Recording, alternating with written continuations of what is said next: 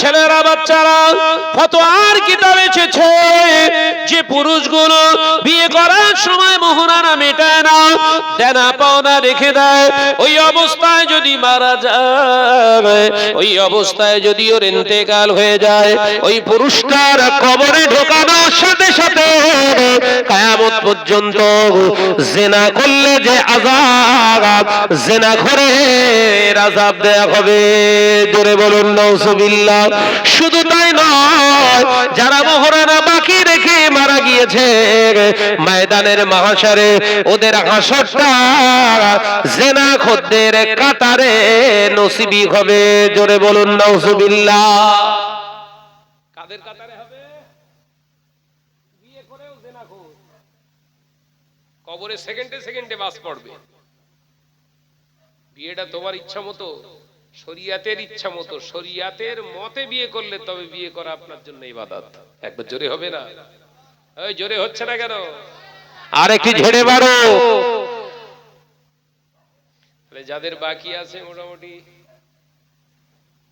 আজকে রাত্রি গিয়ে মোটামুটি হাতটা ধরে ক্ষমা টমা চেয়ে, আর যদি মাল থাকে দে দে, তাহলে খবর খুব খারাপ। বলো, যত বড় হুজুর তোর জন্য দোয়া চাক না কেন, হাত লম্বা করেও যদি দোয়া চাক, ওগো আল্লাহ একে ক্ষমা করে দাও, মাফ করে দাও, এর কবরটাকে রহমতের বাগান বানিয়ে দাও, তথাপিও তোর কবরের বজ্রাঘাত বন্ধ হবে না।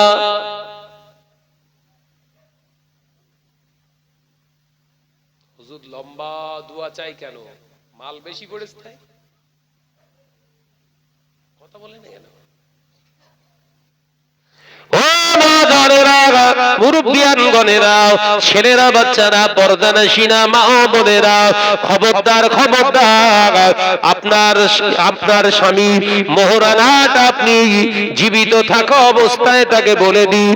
আপনার খেয়াল যদি থাকে আপনি আপনার দায়িত্ব নিয়ে বলে দিন, কই গো অমুকের বাপ, তুমি আর আমার মোহরানা তোমায় দিতে হবে না, আমি আল্লাহর রাস্তায় তোমাকে ক্ষমা করে দিলাম।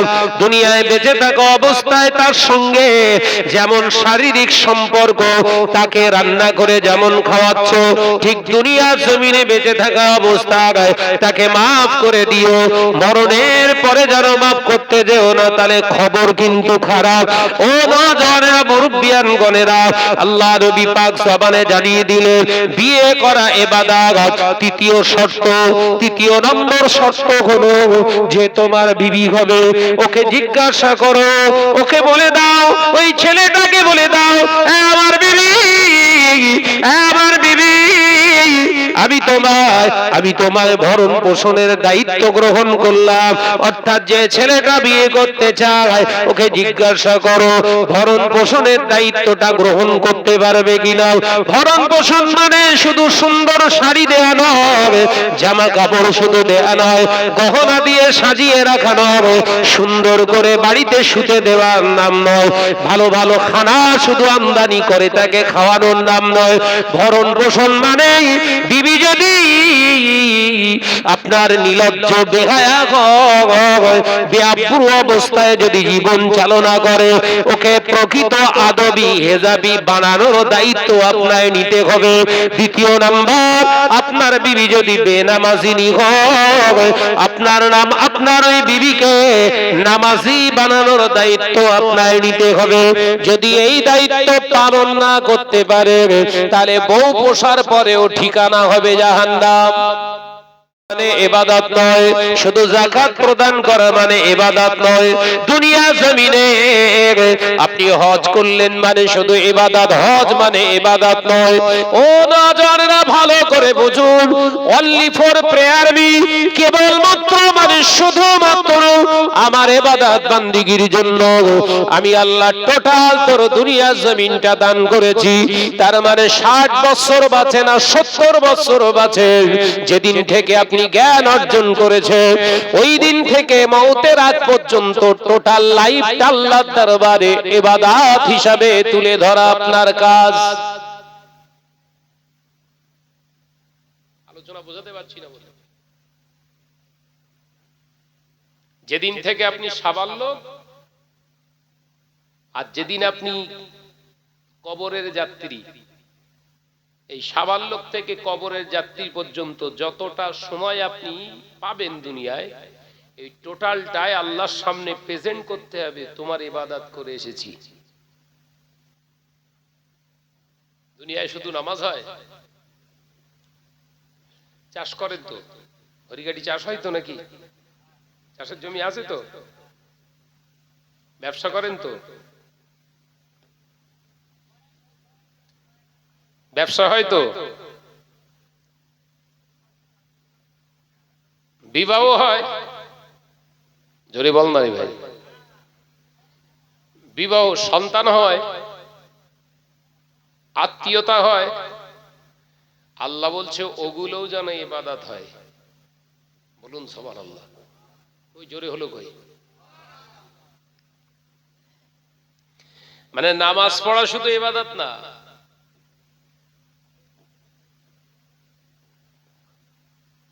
নামাজ পড়া শুধু ইবাদত না। যদি কোনো মৌলানা মলি সাহেব বলে থাকে শুধু নামাজ পড়াই হচ্ছে আল্লাহর ইবাদত, তাহলে মলি সাহেবটা একটু কম পড়েছে, বুঝেছে কম।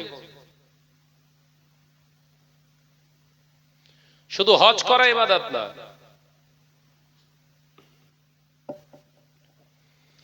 আল্লাহ বললেন নামাজ পড়া হচ্ছে আমার হুকুম, আদেশ। নামাজ পড়, ওয়াকিমুস সালাহ, নামাজ কায়েম কর, প্রতিষ্ঠিত কর। ফাসাল্লি লিরাব্বিকা ওয়ানহার, আমি আল্লাহ আমার নামাজ আদায় কর এবং কুরবানি কর। এটা আল্লাহর হুকুম, আল্লাহর আদেশ। আর নিষেধ করেছে, আল্লাহ বললেন ওয়ালা তাকরাবুজ জিনা, জিনা করা তো দূরের কথা, জিনার ধারে কাছে যাবি না। এই আদেশটাকে মানা এবং আদেশটাকে পালন করা, নিষেধটাকে মানা, এটার নামই হলো ইবাদত। একবার জোরে হবে না? তার মানে আপনি নামাজ পড়ছেন অথচ সুদের সঙ্গে অতপ্রতভাবে আপনি জড়িত। তার মানে আল্লাহর আপনি হুকুম মেনেছেন কিন্তু নিষেধটা মানেননি। কথা বোঝাতে পারলাম না?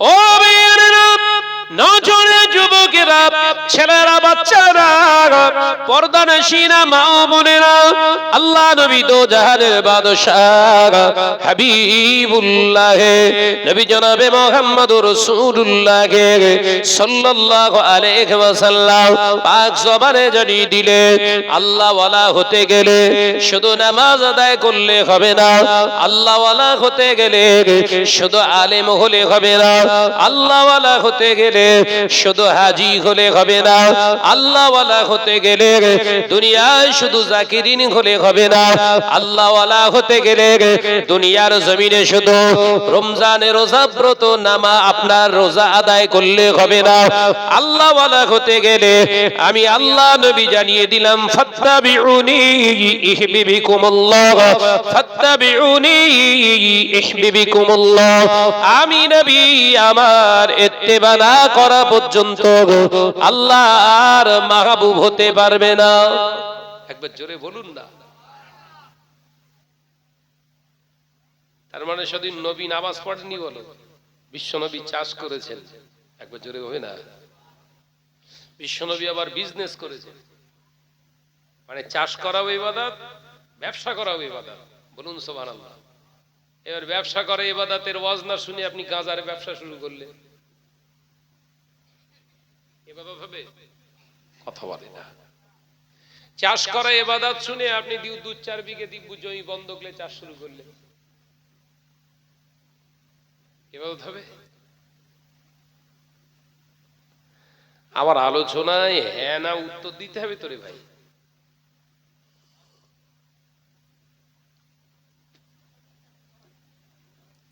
হ্যাঁ,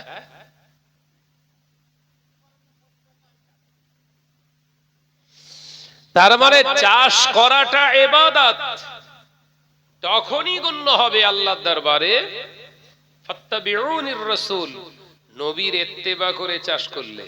বলুন সুবহানাল্লাহ। একবার জোরে হবে না? ব্যবসাটা তখনই আল্লাহর দরবারে ইবাদত হিসাবে পরিগণিত হবে যতক্ষণ আপনি ব্যবসাটা রাসূলের ইত্তেবা করে করবেন। বলুন সুবহানাল্লাহ। নবী গাজার ব্যবসা করেননি, মদের ব্যবসা করেননি, এই লটারির ব্যবসা করেননি, সুদের ব্যবসা করেননি, হারামের কোনো ব্যবসা করেননি। ওই হারামের ব্যবসা ছেড়ে দিয়ে আপনি হালাল ব্যবসা করবেন, তাও নির্দেশনাবলী দিয়েছে শরীয়ত, যে ব্যবসাটা করবেন ওই ব্যবসার ভিতরে যেন চিটিংবাজি, মিথ্যা না থাকে। কথা বুঝতে পারছেন না? মানে 100 টাকার সবজি 5 কেজি কিনেছেন, 100 টাকায় 5 কেজি, এক পাল্লা বলে তো, এক পাল্লা 100 টাকায় কিনেছেন। বাজারে আপনি ভ্যাবলার বাজারে কিংবা হরিকাটি কিংবা তালপুকুর বাজারে ওই 5 কেজি সবজি আপনি 500 টাকায় বিক্রি করবেন। লা বা'সা জায়েজান, কোনো অসুবিধা নেই, আপনার জন্য জায়েজ। শর্তুন ওয়াহিদা ফাত্তাবিউনির রাসূল, নবীর ইত্তেবা করে বেচুন। 500 টাকায় বেচুন, বেচার সময় বলতে পারবেন না আল্লাহর কি বলছে আমার 450 টাকায় কেনা। আমার আলোচনা বুঝতে পারছেন? একটা আয়াতের ওয়াজ করব, একটা আয়াত। এখন ওই রকম মিথ্যা কথা বলে, মিথ্যাকে অজুহাত দিয়ে, মিথ্যার অবলম্বন করে আপনার ধরেন টাকা পয়সা হয়েছে 500 কোটি টাকা। কত? 500 কোটি টাকা। এবার আপনি ভাবছেন শাহনাজ ভাই বলেছে টাকা থাকলে যাকাত, তার মানে আমার যাকাত ফরজ হয়ে গেছে। ভালো করে ক্লিয়ার শুনিয়ে নেন, হারাম মালের কোনো যাকাত হয় না। হারাম মালে যাকাত নেই। যেমন বিনা ওযুতে নামাজ হয় না। যাকাতটা হলো ইবাদত, নামাজটাও হলো ইবাদত। ইবাদতের শর্ত হলো পবিত্রতা, হালাল। বলুন সুবহানাল্লাহ। ওয়াজ বুঝলেন? কাহিনী তো মাশাআল্লাহ সব আপনাদের মুখস্থ।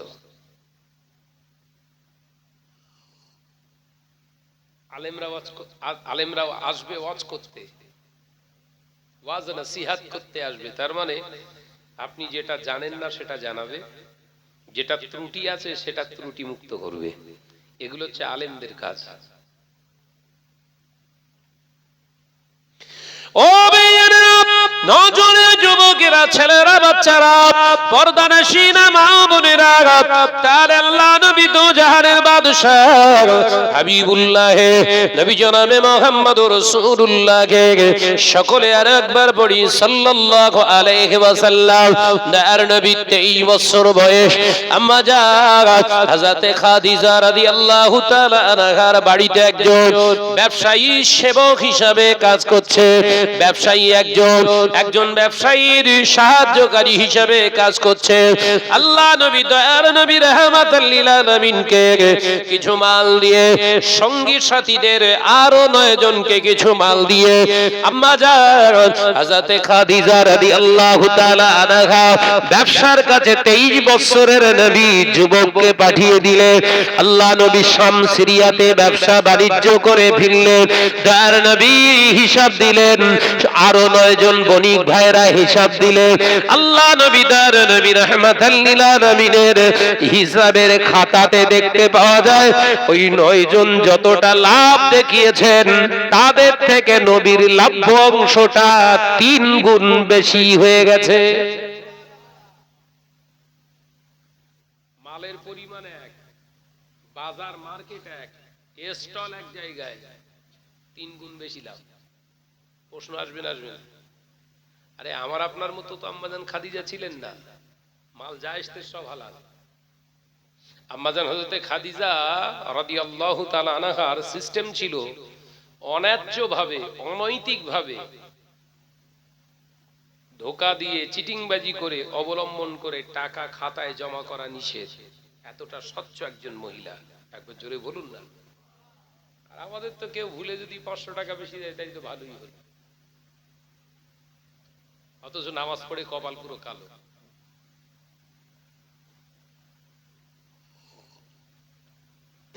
হরিকাটির ভাইদের বলছি না, আপনারা তো মাশাআল্লাহ সবাই ভালো।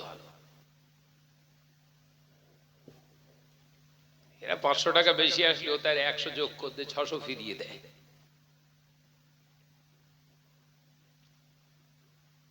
বাবা আম্মা জান হযরতে খাদিজা রাদিয়াল্লাহু তাআলা আনহা জিজ্ঞাসা করছে, ইয়া মুহাম্মদ সাল্লাল্লাহু আলাইহি ওয়াসাল্লাম, আপনি এত লাভ করলেন কি করে? এক মাল কি ডবল দামে বিক্রি করেছেন? দুবার করে বিক্রি করেছেন নাকি মানুষের সঙ্গে প্রতারণা করেছেন?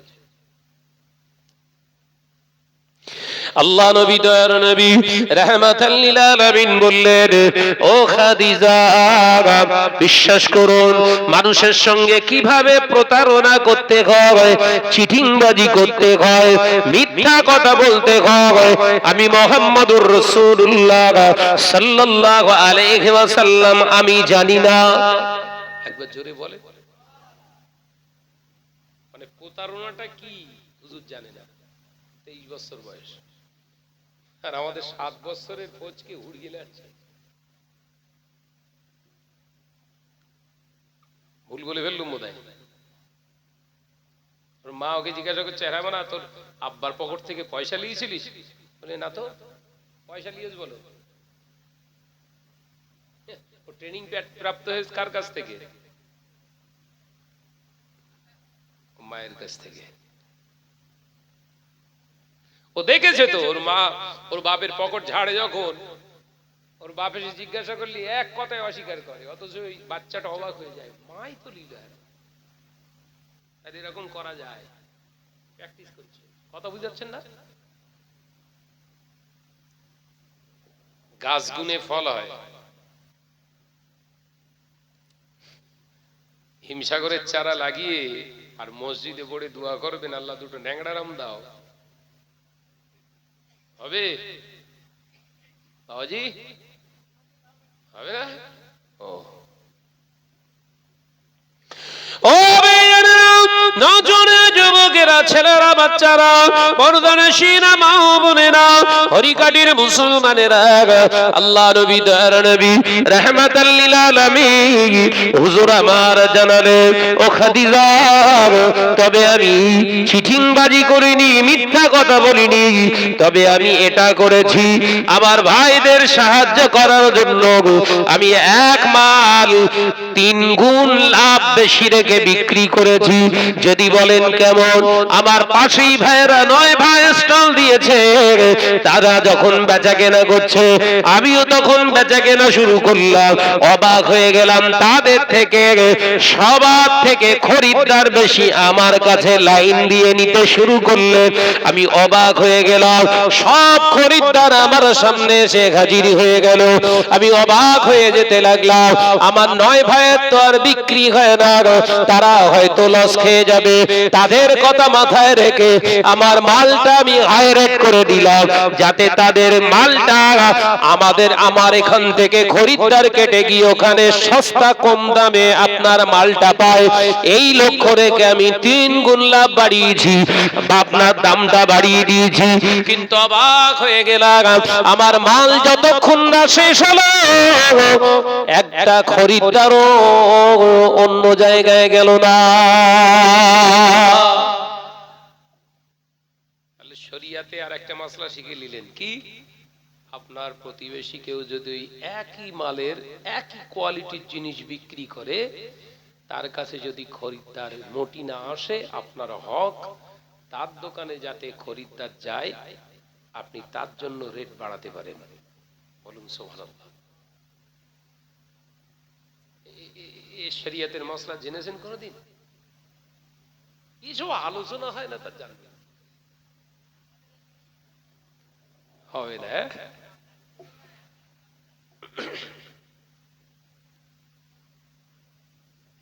বিশ্বনবী ইহসান শিখিয়েছেন, বলুন সুবহানাল্লাহ।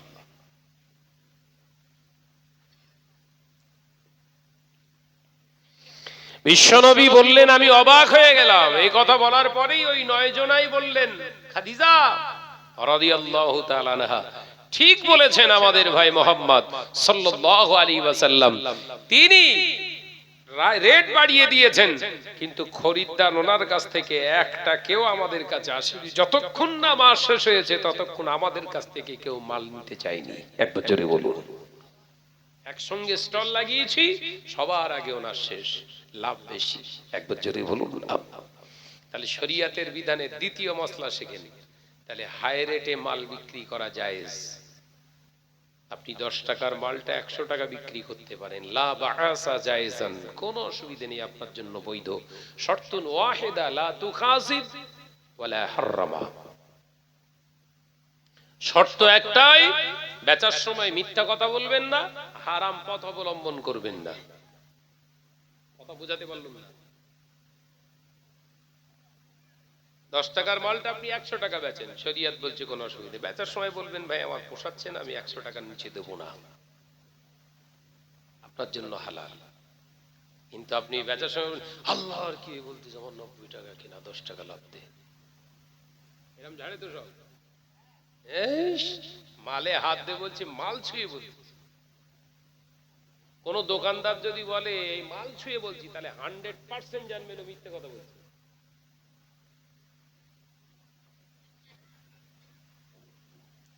ওই রকম ব্যবসা করে এখন শখ হয়েছে ও হাজি হবে, ওই টাকায় খাবা ঘর গেরাম নাড়া দিচ্ছে, মানে মাথায় করলে চলে আসবেন ওটা ব্যাপার।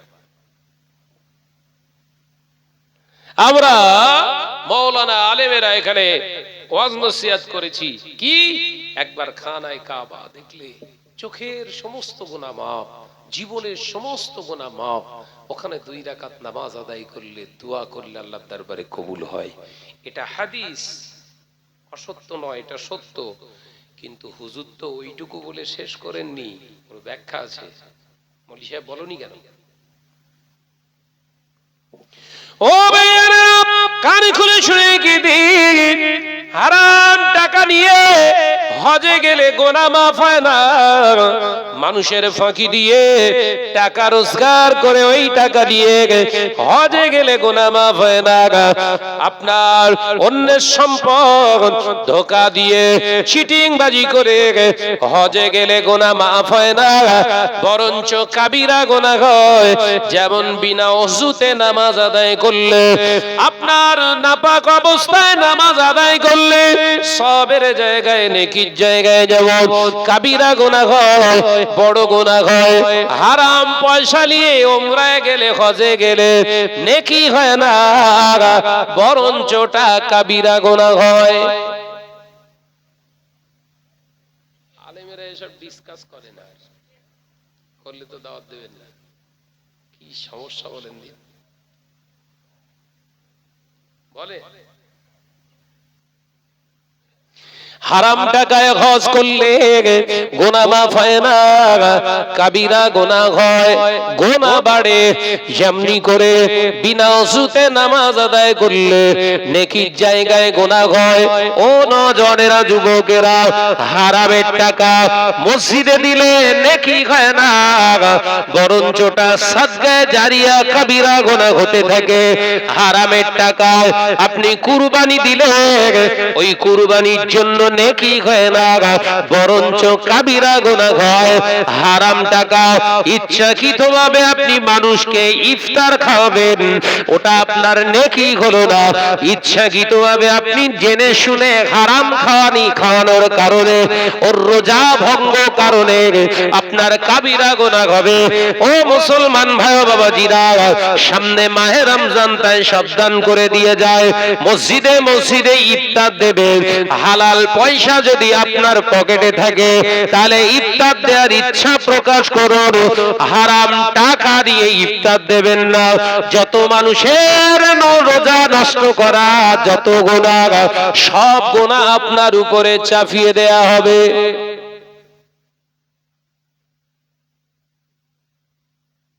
এই সামনেই রোজা, তো খেলা হবে এবারে। সে লাল টকটকে তরমুজ, চাষার মুড আলাদা। দোয়া করছে ইমাম সাহেব, আর চাষা পিটপিট করে তাকাচ্ছে, ওর থেকে আমার সাইজটা বড়, আল্লাহুম্মা আমিন।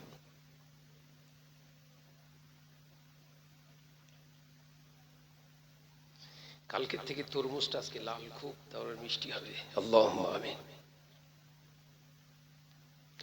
ও ভাইয়েরা, নজরের মুরব্বিয়ানে গণেরা, শরীয়তের ফতোয়া হলো আল্লামা রুহুল আমিন রাহমাতুল্লাহ আলাইহি ফতোয়া আমিনিয়ার ভিতরে পরিষ্কার ভাবে বর্ণনা করলেন, কোন মুসলমান যদি হারাম জিনিস বিসমিল্লাহ বলে খায়, সাথে সাথে ব্যক্তিটা বেঈমান হয়ে যায়, ওই ব্যক্তিটা সাথে সাথে বেঈমান হয়ে যায়। ও নজরের মুরব্বিয়ান গণেরা, তাহলে যে মুসলমানটা হারাম জিনিস দিয়ে রোজার ইফতার খুলেছে, ইফতারটা করেছে, ওর রোজাটা তো নষ্ট হয়ে গেল, সাথে সাথে ওর ঈমানটাও বরবাদ হয়ে গেল। ও সারাদিন রোজা রেখে সন্ধ্যাবেলা ওর রোজাটাকে জলঞ্জলিত দিল, আর ওর নিজেও বেঈমান হয়ে গেল। ও মুসলমান ও ভাই বাবাজিরা, সেই জন্য পারলে নিজের মেহনতের পরিশ্রমে হালাল টাকা দিয়ে ইফতার করুন, যদিও হোক সেটা শুকনো মুড়ি অথবা বাড়ির তৈরি করা বাড়িতে কিনে আনা চাল, ওই চাল দিয়ে ইফতার করুন, গোনা হবে না, অন্তত আল্লাহ পাকের কাছে জবাব দিতে পারবেন, আল্লাহ আমি খরমা দিয়ে ইফতার করতে পারিনি, আপনার হাবিবের সুন্নাত আমি আদায় করতে পারিনি, হালাল অর্থ কামায় আমি সেইভাবে করতে পারিনি বলে শুকনো মুড়ি অথবা চাল দিয়ে ইফতার করেছি, আল্লাহ আমার রোজাকে বরবাদ করে দিও না, ইফতারটা তুমি কবুল করে নাও। আল্লাহ পাক ওই চালের ইফতারটাকে দরবারে এলাহিতে খরমার ইফতার হিসাবে কবুল করে নেবে। আগেকার আমাদের দাদুরা আব্বারা সব চাল দিয়ে ইফতার করে। বাবাজি ঠিক ঠিক বলতিস তো? শুকনো চাল বাড়িতে ভিজিয়ে রাখবে, এই চালের পানিটা খাবে, শেষ হয়ে চালটা চিবিয়ে চিবিয়ে পানিটা খাবে। আহা,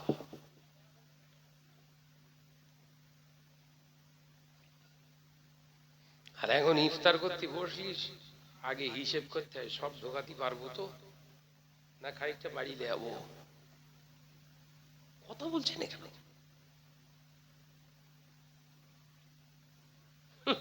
এলাকার টপ র্যাঙ্কের সুদখোর, ও বলছে আমি 27-এর দিন দেবো, মানে 27-এর দিনটাও খাবে। ও খাওয়াবে না, সুদখোর আবার খাওয়ায়, ও খায়। লটারি খোরের শখ হয়েছে আমি 23-এর দিন দেবো, বিজোড় গুলো সব ওর গা। মসজিদে ইফতার দেবো, সে বলছে সে সবার নাম লেখা হয়ে গেছে। হ্যাঁ সবার নাম লেখা হয়ে গেছে, আমার দেওয়া হবে না? বলছে না, এই বছরের হবে না। সে বোর্ডে নাম দেখি সবার উপরে যার নাম রয়েছে এলাকার টপ র্যাঙ্কের সুদখোর, ও প্রথম সুদখোরদের শুরু।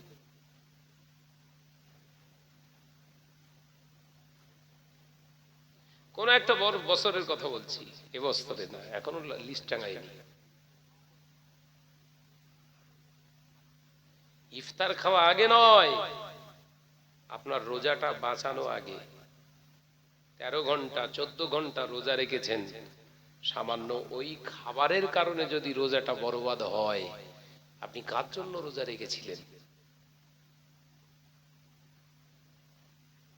কথা বুঝতে পারছেন না? ও নজরে মুরব্বিয়ানে গণেরা, ছেলেরা বাচ্চারা, পর্দানশীল মা ও বোনেরা, আল্লাহ নবী দো জাহানের বাদশা হাবিবুল্লাহ নবী জনাবে মুহাম্মদুর রাসূলুল্লাহ সাল্লাল্লাহু আলাইহি ওয়াসাল্লাম পাক জবানে জানিয়ে দিলেন, ব্যবসা করাটাও হলো ইবাদত, ব্যবসা করাটাও হলো ইবাদত। আমি নবী নিজে ব্যবসা করেছি, আল্লাহ নবী জানিয়ে দিলেন হালাল ভাবে ব্যবসা করো, সত্য কথা বলে ব্যবসা করো, সত্য কথা বলে ব্যবসা করাটাও হলো ইবাদত। ওয়াক্তের নামাজ নামাজটা ঠিকভাবে আদায় করো আর ব্যবসা করো, আমার আল্লাহ পাক ওই ব্যবসাটাকেও তার ইবাদত বান্দিগি হিসাবে কবুল করে নেবেন। জোরে বলুন সুবহানাল্লাহ। ও নজরেরা, পর্দার সিনা মা ও বোনেরা, আল্লাহ নবী দয়ার নবী রাহমাতাল লিল আলামিন জানিয়ে দিলেন নিকাহ সুন্নাহ, বিবাহ করাটা হলো আমার সুন্নাহ। আমি নবী জানিয়ে দিলাম বিয়ে করাটাও হলো ইবাদত। শর্ত ওয়াহিদা, আমি নবী বলছি শর্ত একটা, আমি নবী যে পদ্ধতিতে বিবাহ করতে বলেছি ওই পদ্ধতিতে বিবাহ তোমরা করবে। বিয়ে করাটাও তাহলে তোমাদের জন্য ইবাদত হয়ে যাবে। ও মুরব্বিয়ানগণেরা, হরিকাটির মুসলমানেরা, আল্লাহ নবী জানিয়ে দিয়েছেন বাবা সাহাবীরা, আমি নবী বলছি বিয়ে করতে গেলে শর্ত হলো তিনটি। আর রাজুলুন নিকাউন শর্তুন সালাসা, একজন পুরুষ বিয়ে করতে গেলে তার তিনটে শর্ত। আর রাজুলুন নিকাউ শর্তুন সালাসা, তিনটি শর্তের ভিতরে এক নাম্বার শর্ত হলো যে পুরুষটা বিয়ে করতে চায় ওকে জিজ্ঞাসা করো, বাবা ছেলে বিয়ে করতে চাইছো তো বাবা শুধু যৌবন ক্ষমতা তো থাকলে হবে না, দৈহিক ক্ষমতা শুধু থাকলে হবে না, গোটা সংসারের কাজ করার এক্সপেরিয়েন্স অভিজ্ঞতা কি তোমার আছে? প্রথম শর্ত কি? জন ছেলেরা, তোর আওয়াজ হচ্ছে বলে ভাই, বিয়ে করতে গেলে বিশ্বনবী পুরুষের শর্ত কটা বলেছে? জোরে বল না রে ভাই। তিনটে। আল্লাহ রসুল বললেন প্রথম শর্ত, যে ছেলেটা বিয়ে করতে চায় যে জিজ্ঞাসা করো বাবা শুধু যৌবন ক্ষমতা থাকলে হবে না, বলো সংসারের কাজ করার তোমার অভিজ্ঞতা আসতো? রান্না করা, ঘর ঝাড়ু দেওয়া, নিজের জামা কাপড় পরিষ্কার করা, এই এক্সপিরিয়েন্স অভিজ্ঞতা আছে তো? ও যদি বলে এই মরে আমি আবার পুরুষ, আমি এসব করতে যাবো কেন? তাহলে হুজুর বলছেন ওই ছেলের হাতে মেয়েকে দিও না। এই শুনছেন? নতুন বোতলে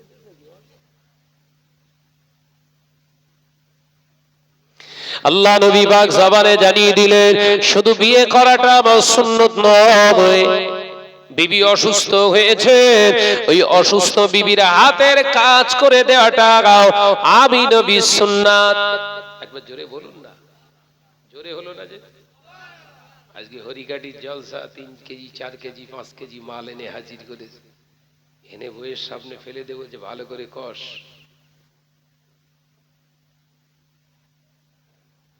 এই যে পুরুষটা যে স্বামীটা এনে সামনে শুধু ফেলে দেয়ার বলে ভালো করে কষ, এ হাজব্যান্ড না, বলে হচ্ছে কুত্তা ব্যান্ড। কথা বলে না তো? কি ব্যান্ড বললো? বিয়ে করা শুধু সুন্নত নয়, অসুস্থ বিবির হাতের কাজ করে দেওয়াটাও হচ্ছে নবীর সুন্নাত। একটু জোরে বলুন না সুবহানাল্লাহ। বিবি অসুস্থ, গায়ে জ্বর, জামা কাপড় পরিষ্কার করতে হবে, বিবিকে জোর করে পাঠাবেন না, এটা শরীয়তে নাজায়েজ। অসুস্থ বিবিকে বলো কই গো শরীর অসুস্থ, তুমি রেস্ট নাও, আজকে জামা কাপড়গুলো আমি কাচবো, তোমার কোনো কাপড় টাপড় কাচা লাগবে দিয়ে দাও। স্বামীর কাপড় যেমন স্ত্রী কাছে ধোয়াধুয়ি করে, স্ত্রীর কাপড়টাও স্বামী ধোয়াধুয়ি করবে, এটাই রাসূলের সুন্নাত। একবার জোরে বলেন।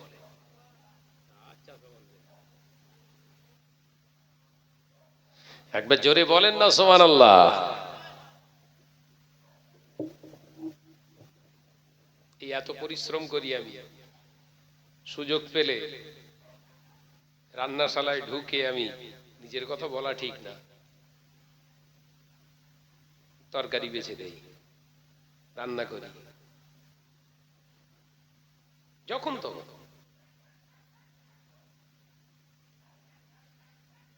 স্ত্রী বসে রান্না করছে, পানির দরকার, পানি ঢেলে দিলাম।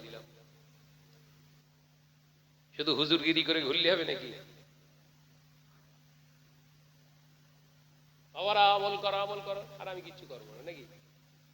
তুলোর মতো আসাবে সব হুজুরদের। ও ভাইয়েরা, যুবকেরা, ছেলেরা, বাচ্চারা, পর্দানশীরা মা বোনেরা, আল্লাহ নবী দো জাহানের বাদশাহ হাবিবুল্লাহ নবী জনাবে মুহাম্মদুর রাসূলুল্লাহ সাল্লাল্লাহু আলাইহি ওয়াসাল্লাম পাক জবানে জানিয়ে দিলেন, ও আমার সাহাবীরা, ওই ছেলেটাকে জিজ্ঞাসা করো, ওই নজন ছেলে বিয়ে করতে চাও, বিয়ে করতে গেলে দ্বিতীয় নম্বর শর্ত হলো বাবা, তুমি যে তোমার বিবাহ তুমি নিজে করতে চাইছো, তুমি বিবাহ করতে চাইছো আমার মেয়ের সঙ্গে, তবে বাবা তোমার পরিশ্রমের মেহনতের জিনিস দিয়ে, টাকা দিয়ে, অর্থ দিয়ে আমার মেয়ের মোহরাটা নগদে দিতে পারবে কিনা বলো। ও যদি বলে না, এখন বিয়েটা পড়ানো হয়ে যায়, অন্য দিনে আমি মোহরানা দিয়ে দেব, শরীয়ত বলছে ওর সঙ্গে বিয়ে দিও না। আপনাদের হরিকাঠি কারুর বাকি নেই। বাবাজি কি খবর, কথা বলে না তো।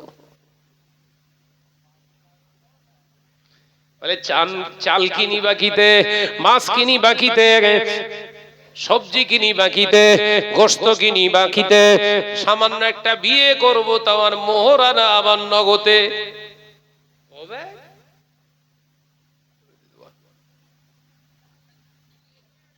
আব্দুর রহিমের বেটা আব্দুল খালেক, আব্দুর রহিমের জ্যেষ্ঠ পুত্র আব্দুল খালেকের সঙ্গে 3001 টাকা মোহরানার দেন, মোহরানার পরিবর্তে খালে আপনার আব্দুল সেলিমের মেয়ে জোসনা বানুর সঙ্গে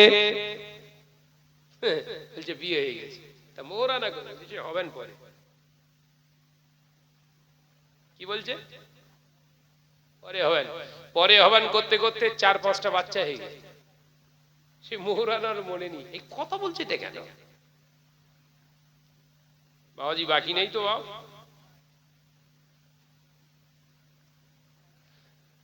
আগে দিয়ে দিয়েছিলেন তো। 4-5টা বাচ্চা হয়ে গেছে, শুধু তাই নয়, ওই বাচ্চার আবার বাচ্চা হয়ে গেছে, মানে নাতি নাতকুড়ি হয়ে গেছে, সে মনে নেই। 45 বছর বিয়ের বয়স হয়ে গেছে। আজরাইল একদিন হঠাৎ করে এসে বলছে চ ঘর চ। কে এসে? আজরাইল, চ ঘর চ। নাকি আজরাইল এসে বলবে মোহরানা মেটা, তার বললে আবু এরকম বলবে না যে সঙ্গে সঙ্গে আজরাইল এসে বললে চ চ চ চ চ হয়ে গেছে। হ্যাঁ, চিত হয়ে পড়ে রে, মসজিদে হেঁকে দিয়ে হেগে, কালকে জোহর বাদ হবে।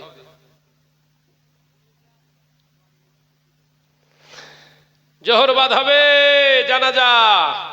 ওরে সর্বনাশ, জাকিরিন কমিটি কোথায় চলে এসো? জাকিরিন গোষ্ঠী সামনে আয়, জিহাদ করতে গিয়েছিল, সব জিহাদ করে ফিরতে সব। যে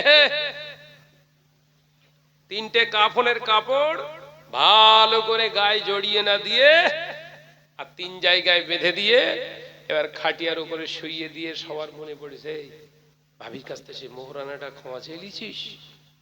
এরকম করে তো, যা শিগগির যা। সবাই মিলে গিয়ে 2জন দালাল, এখানেও দালাল, 2টো দালাল আস্তে আস্তে ঘুষ করে গিয়ে ভাবিকে বলছে, ভাবি, ভাই খুব ভালো মানুষ ছিল গো। দালালের যেরকম কথা হয়, ভাই খুব ভালো মানুষ ছিল, চলে গেল, সবাইকে চলে যেতে হবে, আর কি করা যাবে। ভাবি দেরি করো না, মাফ করে দাও। 40 বছর ধরে পাশে শুলো যে, সে মাল শুয়ে রয়েছে খাটিয়ায়, ও জীবনে ক্ষমা চায়নি, আর এই 2টো দালালকে ক্ষমা চাইলি, এই ক্ষমা হয়ে যাবে। কিরাম হচ্ছে সব?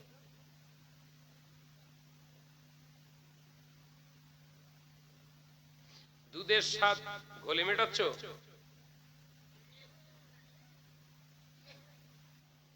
যাই হোক, কোন রকম চাষি তো সিনেমা দেখে দেখে পুরো সে না ডবল একটা, বুঝতে যাচ্ছেন না?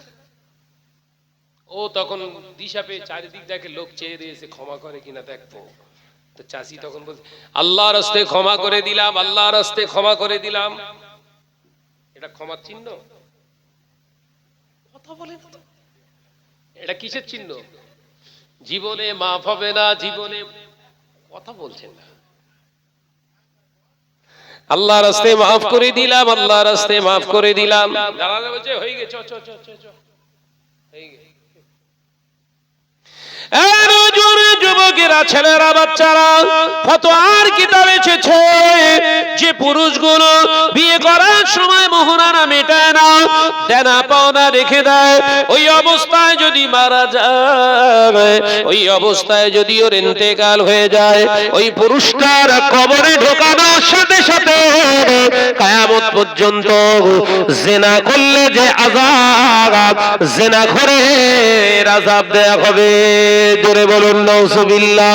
শুধু তাই নয়, যারা মোহরানা বাকি রেখে মারা গিয়েছে, ময়দানের মাহশারে ওদের হাসরটা জিনাখোরদের কাতারে নসিবি হবে। জোরে বলুন নাউজুবিল্লাহ। কাদের কাতারে হবে? বিয়ে করেও জিনাখোর, কবরে সেকেন্ডে সেকেন্ডে বাস পড়বে। বিয়েটা তোমার ইচ্ছা মতো, শরিয়াতের ইচ্ছা মতো, শরিয়াতের মতে বিয়ে করলে তবে বিয়ে করা আপনার জন্য ইবাদত। একবার জোরে হবে না? ওই জোরে হচ্ছে না কেন? আর একটু ঝেড়ে মারো। তাহলে যাদের বাকি আছে মোটামুটি আজকে রাত্রি গিয়ে মোটামুটি হাতটা ধরে ক্ষমা টমা চেয়ে, আর যদি মাল থাকে দে দে, তাহলে খবর খুব খারাপ বলো। যত বড় হুজুর তোর জন্য দোয়া চাক না কেন, হাত লম্বা করেও যদি দোয়া চাক, ওগো আল্লাহ একে ক্ষমা করে দাও, মাফ করে দাও, এর কবরটাকে রহমতের বাগান বানিয়ে দাও, তথাপিও তোর কবরের বজ্রাঘাত বন্ধ হবে না।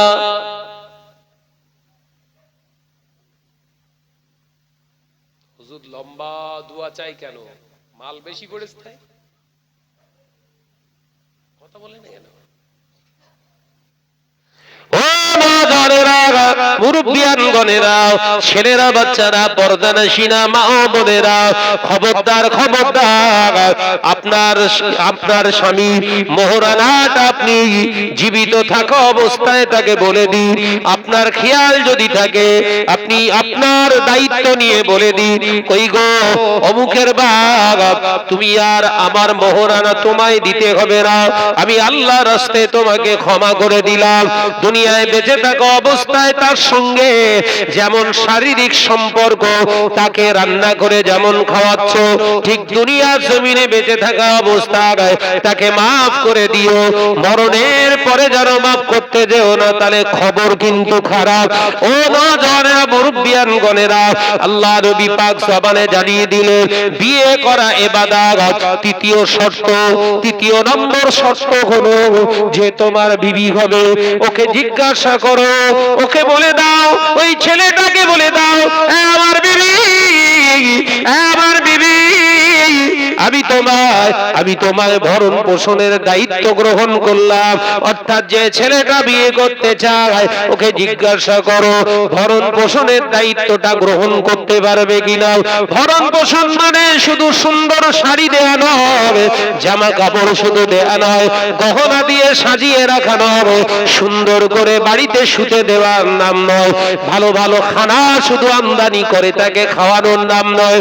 ভরণ পোষণ মানে বিবি যদি আপনার নির্লজ্জ, বেহায়া, বেআব্রু অবস্থায় যদি জীবন চালনা করে, ওকে প্রকৃত আদবী হেজাবি বানানোর দায়িত্ব আপনার নিতে হবে।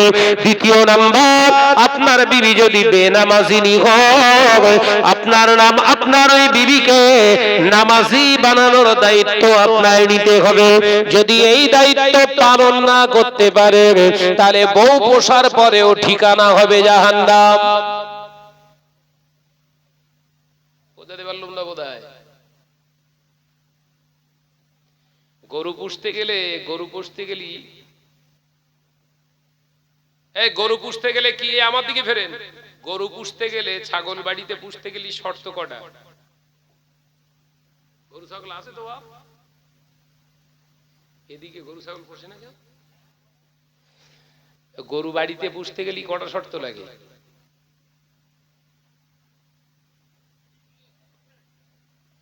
নাম্বার 1 শর্ত, তার জন্য একটা গোহাল ঘর রাখতে হয়।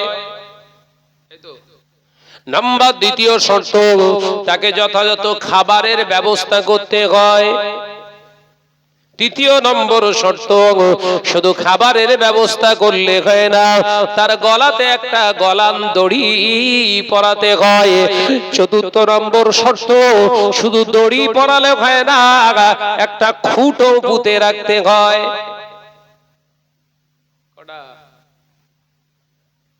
গরু পুষতে গেলে যদি 4টে শর্ত লাগে, তা মানুষ পুষতে তো শর্ত নেই?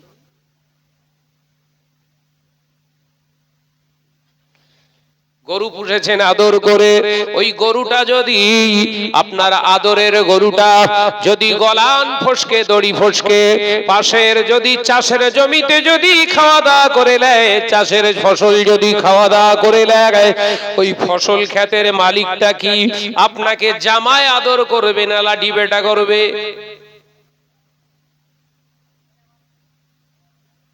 শুধু আপনার গরুর ধরে পেটাবে না আপনি তার সঙ্গে ফিরি? বলে না তো,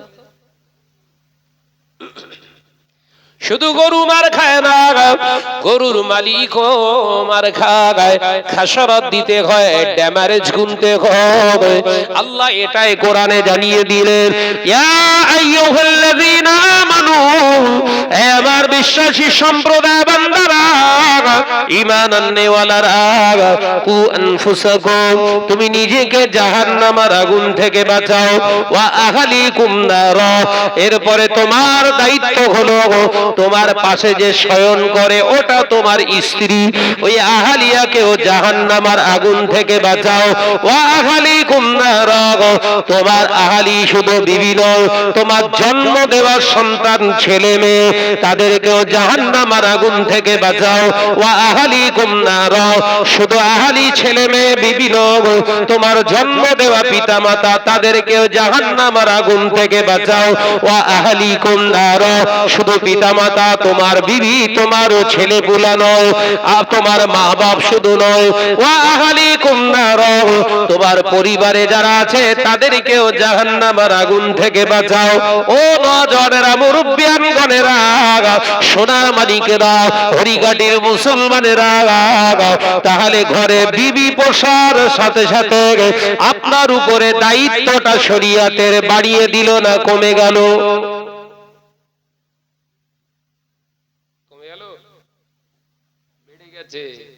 ভরণ পোষণ মানে শুধু দামি দামি গহনা শাড়ি এটা সেটা খাওয়া টাওয়া দিয়ে রাখলে হবে না। বিবি যদি বেনামাজিনী হয় তাকে নামাজি বানানোর দায়িত্ব আপনার। বিবি যদি পরকীয়ায় লিপ্ত হয়, পাশের যুবকের ওই পাশের ক্ষেতের ফসল খাওয়া মানে বুঝতে পেরেছেন তো? বউ আপনার অন্যজনের সঙ্গে হুপিং কল করেছে, এগুলো চলছে তো এখন। আপনার বিবি হুপিং কল করবে আর মার খাবেন আপনি। ওই যেমন ফসল খেয়েছে আপনার গরু আর পেটাচ্ছে আপনার, তোর গরু কেন খেলো? আল্লাহ কিয়ামতের দিন আপনাকে ওই প্রশ্নই করবে, তোর বিবি কেন ওর সঙ্গে গেল?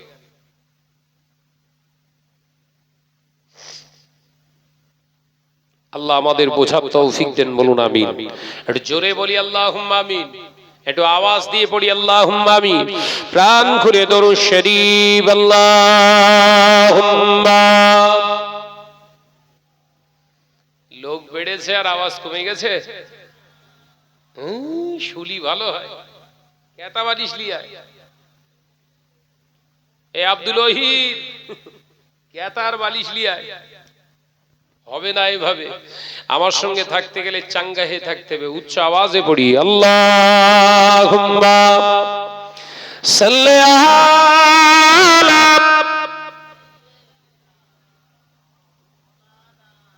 মাশাআল্লাহ মাশাআল্লাহ ওয়া আলা আলি।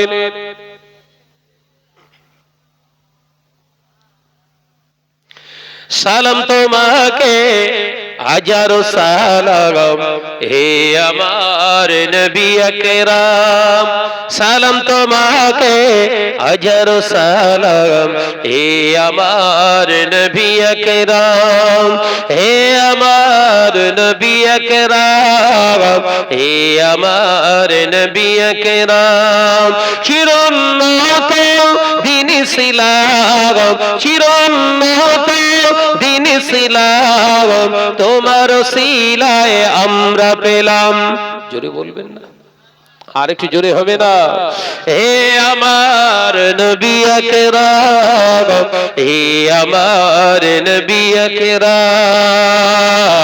আল্লাহুম্মা সাল্লি আলা,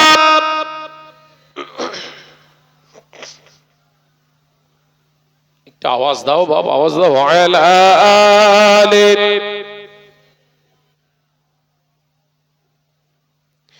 পথঘারা নদী গতির ধারায়, পথঘারা নদী গতির ধারায়, সুরভিত হয় তোমারই ছোঁয়ায়। সরি বলবেন না, আর একটু জোরে হয় না? হে আমার নবী আকরাম, হে আমার নবী আকরাম, সালাম তোমাকে হাজারো সালাম, হে আমার নবী আকরাম, চিরোন্নত দিন ইসলাম, চিরোন্নত দিন ইসলাম, তোমার ওসিলায় আমরা পেলাম। হে আমার নবী আকরাম, হে আমার নবী আকরাম, আল্লাহুম্মা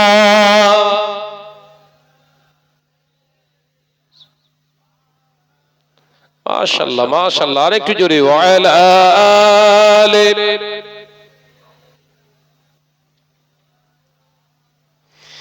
আধারের কালো তোমার আলো, আধারের কালো তোমার আলো, তারারা সকলে পিছু হেঁটে যায়। জোরে বলবেন, আর একটু জোরে হবে না? এই জোয়ান ছেলের একটু ঝেড়ে হবে না? হে আমার নবী আকরাম, হে আমার নবী আকরাম, সালাম তোমাকে হাজারো সালাম, হে আমার নবী আকরাম, চিরোন্নত দিন ইসলাম, চিরোন্নত দিন ইসলাম, তোমার ওসিলায় আমরা পেলাম। হে আমার নবী আকরাম, হে আমার নবী আকরাম, সালাম তোমাকে হাজারো সালাম, হে আমার নবী আকরাম, আল্লাহুম্মা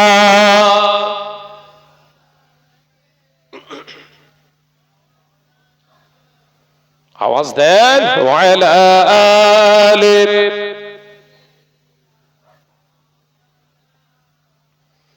তাহলে আমি আপনাদের বোঝাতে পারলাম বিয়ে করাটাও ইবাদত হবে তখন যখন নবীর ইত্তেবা করে আপনি বিবাহ করবেন। একবার জোরে বলুন সুবহানাল্লাহ। কথা বুঝছেন? এবার যদি বলেন না আমার কোনো দাবি নেই, 250 জন বরযাত্রী নিতে হবে, ওটা ইবাদত হবে না হারাম? কথা বলে না তো। না আমার তো কোনো দাবি নেই, আমি শুধু 250 বরযাত্রী নিতে বলেছি, তা ওই 250 তুই খাইয়ে দেখ না। কথা বলে না। না তেমন আমার কোনো দাবি নেই, এই নতুন ঘরটা করেছি, এখনো প্লাস্টার হয়নি, আপনার যে জামাই হবে ওই ঘরটাই থাকবে ও। এবার যদি মনে করেন আপনার মেয়ে ওই ঘরে থাকবে, থাক, মানে আবার অন্যরকম হারামখোর। আবার কিছু এলাকায় হারামখোর আছে এরকম, মেয়ে খুঁজে পাচ্ছে না, এই কোয়ালিটি আবার আলাদা, আপনারা ধরতে পারেননি বোধহয়। মেয়ে খুঁজে পাচ্ছে না, খুঁজে খুঁজে খুঁজে খুঁজে হরিকাটি শেষ, লক্ষণ কাটি শেষ, তালপুকুর শেষ, সিরাজপুর শেষ, এই এলাকায় খুঁজে আর পাচ্ছে না মেয়ে। কি ব্যাপার, মেয়ে খুঁজে পাচ্ছিস না কেন? ভর্তি না মেয়ে? হ্যাঁ, বললেন না যেখানে সেখানে তো বিয়ে করলে হবে না, একটা ছেলে একটা মেয়ে কার আছে দেখতে হবে। কথা বুঝতে যাচ্ছেন না? একটা ছেলে একটা মেয়ে কিংবা দুটো মেয়ে আছে, এইরকম পরিবারে মেয়ের বিয়ে দেবো, তার মানে 2 বিঘে থাকলি এর 1 বিঘে। কত বড় হারামখোর, হিসেব কষে লেগেছে। ও ছেলেরা বাচ্চারা পর্দানশীল মা বোনেরা, আল্লাহর বিদো জাহানের বাদশা হাবিবুল্লাহ নবী জনাবে মুহাম্মদুর রাসূলুল্লাহ সাল্লাল্লাহু আলাইহি ওয়াসাল্লাম পাক জবানে জানিয়ে দিয়ে গেলেন, ও আমার উম্মত উম্মতিরা, যে সমস্ত মুসলমানেরা মেয়ের বাপের কাছ থেকে প্রেসার ক্রিয়েট করে, জোরপূর্বক আদায় করে, জোরপূর্বক যৌতুক আদায় করে, জোরপূর্বক তাদের কাছ থেকে পুনের জিনিস আদায় করে, কিয়ামতের দিন আমি রাসূলুল্লাহর মুখের দিকে তাকাবো না, আমি নবীর শাফাআতর নসিবে হবে না। ও মুসলমান ভাই ও বাবাজিরা, আল্লাহ নবী যার চেহারার দিকে তাকাবেন না সে জান্নাতে যাবে না, জাহান্নামে।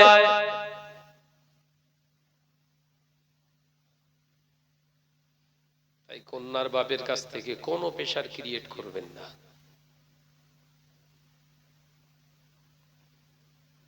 ওই বিয়েটাই সব থেকে বরকতপূর্ণ বিয়ে। বিশ্বনবী বললেন ওই বিয়েটা সব থেকে বরকতপূর্ণ বিয়ে। কোন বিয়ে?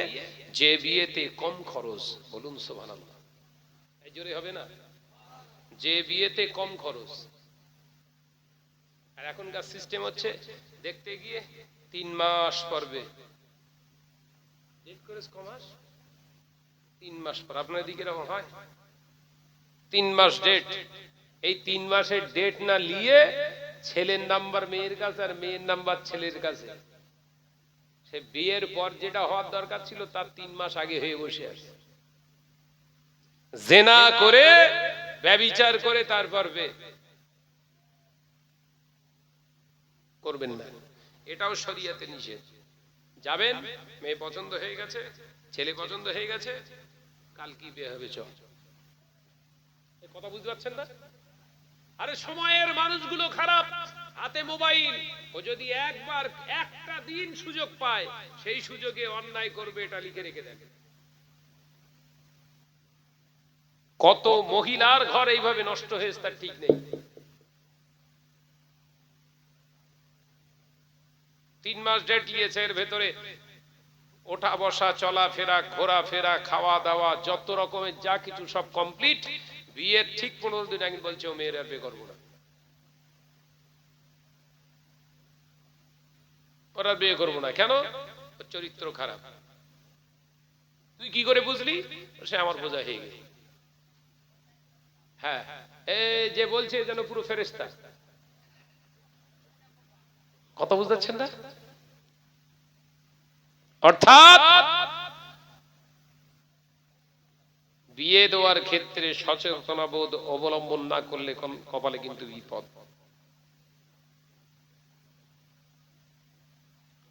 মাথায় ঢুকছে? জাকিরিনরা স্টেজ দেখ শুধু। সাবধান ভাই হিসাবে বলে গেলাম, হাদিসের কোটেট করে এবং কোরআনের একটি আয়াতের আপনাদেরকে ব্যাখ্যা দিয়ে রেখে গেলাম। দুনিয়ার জমিনে যতটুকু হায়াত পেয়েছেন আল্লাহর জন্য ব্যয় করুন। খাওয়া দাওয়া, চলাফেরা, ওঠা বসা, লেনদেন সব আল্লাহর দরবারে উপস্থাপন করুন ইবাদত হিসাবে। আল্লাহ আমাদের বুঝে সুঝে চলার তৌফিক দেন, বলুন আমিন। একটু জোরে হ্যাঁ আল্লাহুম্মা আমিন। আয় আয় জাকিরিন বান্দারা সবাই ভিতরে আয়, সব ভিতরে চলে আয়। এই যে অঞ্চলের চেয়ার ছাড়। মাশাআল্লাহ, এবার সব ছেলেরা খুব সুন্দর করে সাজিয়েছে, খুব ভালো লেগেছে। আল্লাহ কবুল করুক এদের এই প্রচেষ্টাকে, আল্লাহ পাক দ্বীনের জন্য কবুল করেন, বলুন আমিন। জোরে বলিন আল্লাহুম্মা আমিন। হ্যাঁ, আপনাদের হরিকাটি এই এত সুন্দর মজলিস হচ্ছে, আপনাদের আনন্দ হচ্ছে না? না রাগ হচ্ছে? এই আনন্দ হচ্ছে না রাগ হচ্ছে? অনেকের আবার ফাটে তো, আল্লাহ এদেরকে দিয়ে আল্লাহ দিন ইসলামের আরো বড় বড় কাজ করার আল্লাহ তৌফিক দেন, বলুন আমিন। এটা জোরে বল না রে বাবা, আল্লাহুম্মা আমিন। এই দাঁড়াবিনি কচিরা সব বসো বসো বসো। বলো আগামী বছর এই মাহফিলের জন্য, মজলিসের জন্য কোন সোনার চাঁদ মানিক আছেন যে ভাইজান আমি আগামী বছর এই মজলিসের জন্য আমার মেহনতের পরিশ্রমের টাকা থেকে 2000 টাকা দেবো?